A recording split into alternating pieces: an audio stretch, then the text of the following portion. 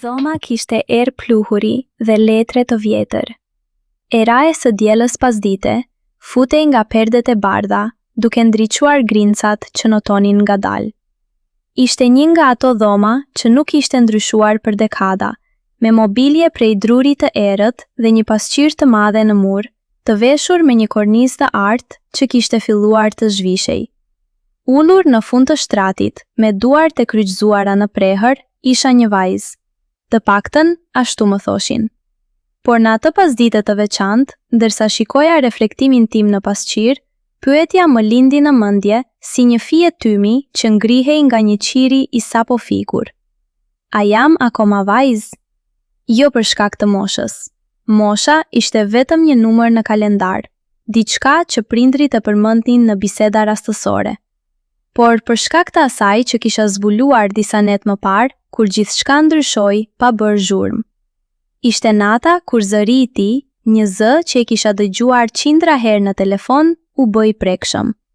Ai ishte ulur pranë meje në divanin e vjetër dhe biseda jon kishte marrë një kthes të papritur. Fjalët e tij nuk ishin më për shkollën, për motin apo për filmat që kishim parë. Ishin fjalë të mbushura me një peshë tjetër, një ngrohtësi që nuk vinte nga zjarri në oshak. Kur ai më mori dorën, unë nuk e tërhoqa. Gishtat e tij, më të mëdhenj se të mi, u ndërthuran me të mi dhe për një moment koha u ndal. Nuk ishte prekja e parë, por ishte prekja e parë që ndihej ndryshe. Një shkëndi që kaloi nga pëllëmba ime në gjithë trupin, duke më bërë të ndjeja diçka që nuk isha emër. Dhe pastaj, kur ai u përkull drejt meje dhe buzët e tij prekën balin tim, unë ndjeva një val nxehtësie që më përfshiu. Ishte një puthje që nuk ishte thjesht një puthje, ishte një pyetje. Një pyetje që ai nuk e bëri me zë, por me gjithë qenien e tij. Ajo natë, pasi ai u largua, unë qëndrova zgjuar në shtrat duke shikuar tavanin. Trupi im ndihej si një territor i panjohur. Gjithçka që kisha ditur për veten time deri atëherë, dukej si një hartë e vjetër, e paplot. Unë kisha qenë vajza që lexonte libra, vajza që qeshte me shakat e tij, vajza që mendonte për të ardhmen si një koncept i largët. Por tani diçka ishte zgjuar. Një ndjesi e re, e fuqishme, që më bënte të ndjesha njëkohësisht e ekspozuar dhe e fortë. U ngrita nga shtrati dhe shkova te pasqyra. Në dritën e hënës, reflektimi im ishte i zbehtë, por unë shikoja sytë e mi. Ata dukeshin më të mëdhenj, më të thellë. Nuk isha më e njëjta vajzë që kisha qenë në mëngjes. Diçka kishte ndryshuar në mënyrën si qëndroja, në mënyrën si mbaja kokën. Ishte sikur trupi im kishte marrë një gjuhë të re, një gjuhë që fliste pa fjalë. Në ditët në vijim, gjithçka ishte një zbulim i vazhdueshëm. Kur ecja nëpër shtëpi, prekja e rrobave kundër lëkurës si më ndihej ndryshe. Erat, dritat, tingujt, gjithçka kishte marrë një nuancë tjetër. Dhe mbi të gjitha, kujtimi i prekjes së tij. Mënyra si ai më kishte mbajtur dorën, si gishtat e tij kishin gjetur rrugën në flokët e mi. Një ditë, teksa isha ulur në kopsht, në hijen e pemës së mollës, ai erdhi përsëri. Kësaj radhe nuk kishte divan mes nesh. Ishim ulur në bar shumë afër. Fjalët ishin të ralla, por komunikimi ynë ishte më i pasur se kurrë. Ai më shikoi në sy dhe unë pash në to të njëjtën pyetje që kisha parë atë natë. Por kësaj radhe unë kisha përgjigjen. Kur ai u përkul përsëri, unë nuk prita. Unë u përkula drejt tij. Dhe kur buzët tona u takuan, nuk ishte më një puthje në bal. Ishte një puthje që fliste për zbulim, për kuriozitet, për një uri që sapo kishim filluar ta kuptonim. Ishte një puthje që më bëri të ndjeja se po lulëzoja, se po hapesha si një lule që kishte pritur të gjithë dimrin për atë moment. Në atë puthje, unë pushova së qeni thjesht një vajzë. Jo sepse kisha humbur diçka, por sepse kisha gjetur diçka tjetër. Një pjesë të re të vetes, një pjesë që ishte aty gjithmonë, por që kishte pritur për momentin e duhur për të dalë në dritë. Tani, teksa ri para pasqyrës në dhomën me erë pluhuri, shikoj vajzën që dikur isha. Ajo është ende aty në këndin e syve, në mënyrën si mbaj duart. Por ka edhe diçka tjetër.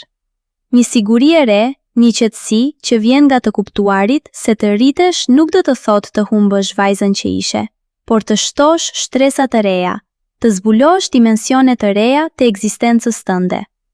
A jam akoma vajzë? Po, në një farë mënyre. Por jam edhe diçka më shumë. Jam një vajzë që ka parë në sytë e dikujt dhe ka parë reflektimin e një gruaje që po lind. Jam një vajzë që ka ndjer puthjen e parë që nuk ishte thjesht një puthje, por një premtim. Një premtim për veten time, se do të vazhdoj të zbuloj, do të vazhdoj të ndjej, do të vazhdoj të jem në një udhtim të pafund drejt asaj që do të dieli perëndon, duke mbushur dhomën me një dritë portokali. Unë ngrihem nga shtrati, duke helmuar fustanin tim. Nuk kam më nevojë të shikoj pasqyrën për të kërkuar përgjigje. Përgjigja është në mënyrën si ndihem, në dhahjet e zemrës sime, në kujtesën e lëkurës sime. Unë jam një vajzë, por jam edhe një grua në fillim. Dhe kjo është më se mjaftueshme. Dal nga dhoma, duke lënë pas pluhurin dhe dritën e perëndimit të diellit.